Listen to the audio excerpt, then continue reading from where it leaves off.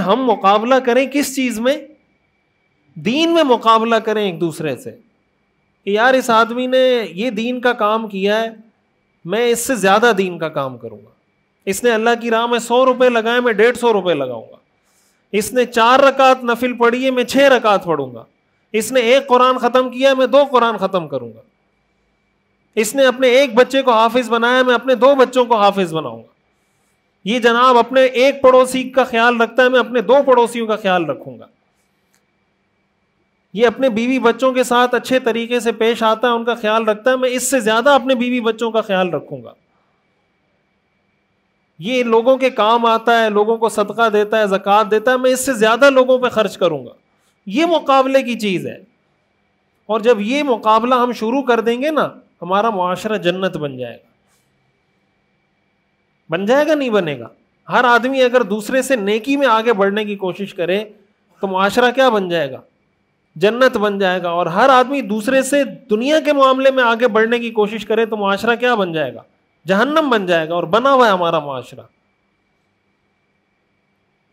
ہمارے یہاں کسی کی شادی ہوتی ہے مثال کے طور پر، تو ہمارے یہاں شادی کا معیار کیا ہے کہ اگر اس نے شادی پہ 10 لاکھ روپے لگائے تھے تو میں شادی پہ 15 لاکھ روپے لگاؤں گا. یہی ہے نا.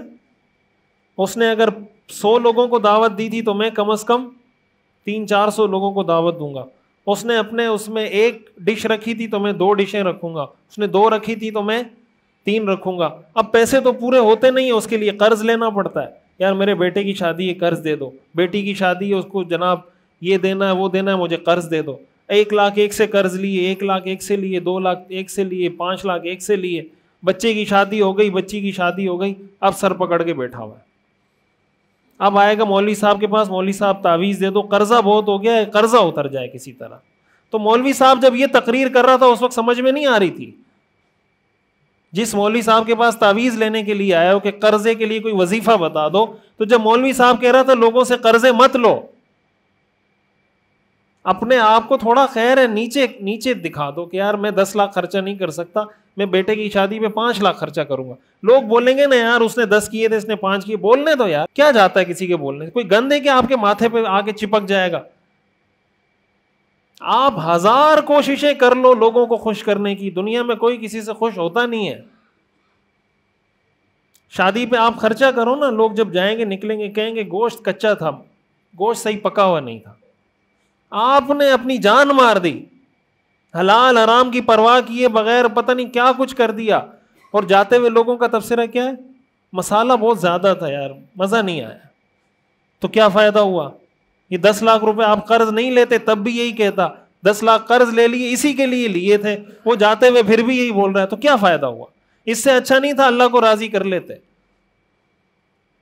حدیث شریف میں آتا ہے جو آدمی یہ کوشش کرتا ہے کہ میں لوگوں کو راضی کروں، اللہ اس کو لوگوں کے سپرد کر دیتا ہے کہ ٹھیک ہے کرو اس کو راضی. اور جو آدمی یہ کوشش کرتا ہے کہ میں اللہ کو راضی کروں تو اللہ تعالیٰ خود اس کا وکیل بن جاتا ہے، پھر اللہ لوگوں کو خود راضی کر دیتا ہے اس سے. اگر دنیا میں ایسا ممکن ہوتا نا کہ دنیا میں سارے لوگ کسی سے راضی ہو سکتے ہوتے تو پیغمبر سے راضی ہو جاتے.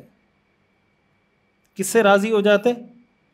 پیغمبر سے راضی ہو جاتے، صحابہ سے راضی ہو جاتے، اللہ سے راضی ہو جاتے. لوگ اللہ سے ناراض ہیں بھائی، ہیں یا نہیں ہیں؟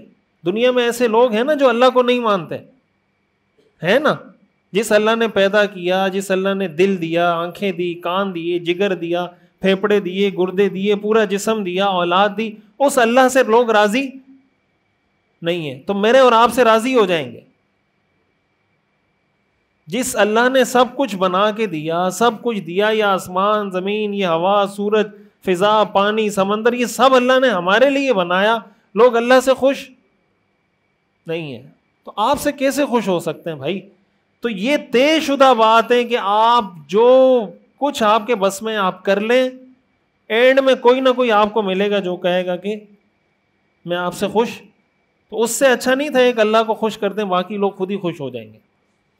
اس کا یہ مطلب نہیں کہ آپ لوگوں کے ساتھ بدتمیزی کریں یا کوئی غلط. اللہ کا حکم اور معاشرے کا، سوسائٹی کا رواج کوئی آپس میں ٹکرا رہا ہو کہ ہمارا رواج یہ ہے اور اللہ کا حکم یہ ہے, تو کس کو ترجیح دینی ہے؟ اللہ کے حکم کو ترجیح دینی ہے کہ بس اللہ کا حکم ہے, رواج جائے بھاڑ میں یار, میں نے اللہ کو جواب دینا ہے یا رواج کو جواب دینا ہے؟ قبر میں جب میں جاؤں گا, فرشتے جب مجھ سے پوچھیں گے, اللہ تعالیٰ کی طرف سے فرشتے آئیں گے یا قبیلے کے سردار کی طرف سے فرشتے آئیں گے کہ یہ کام رواج پورا کیوں نہیں کیا تھا؟ تو جس کو جواب دینا ہے اس کو خوش کریں.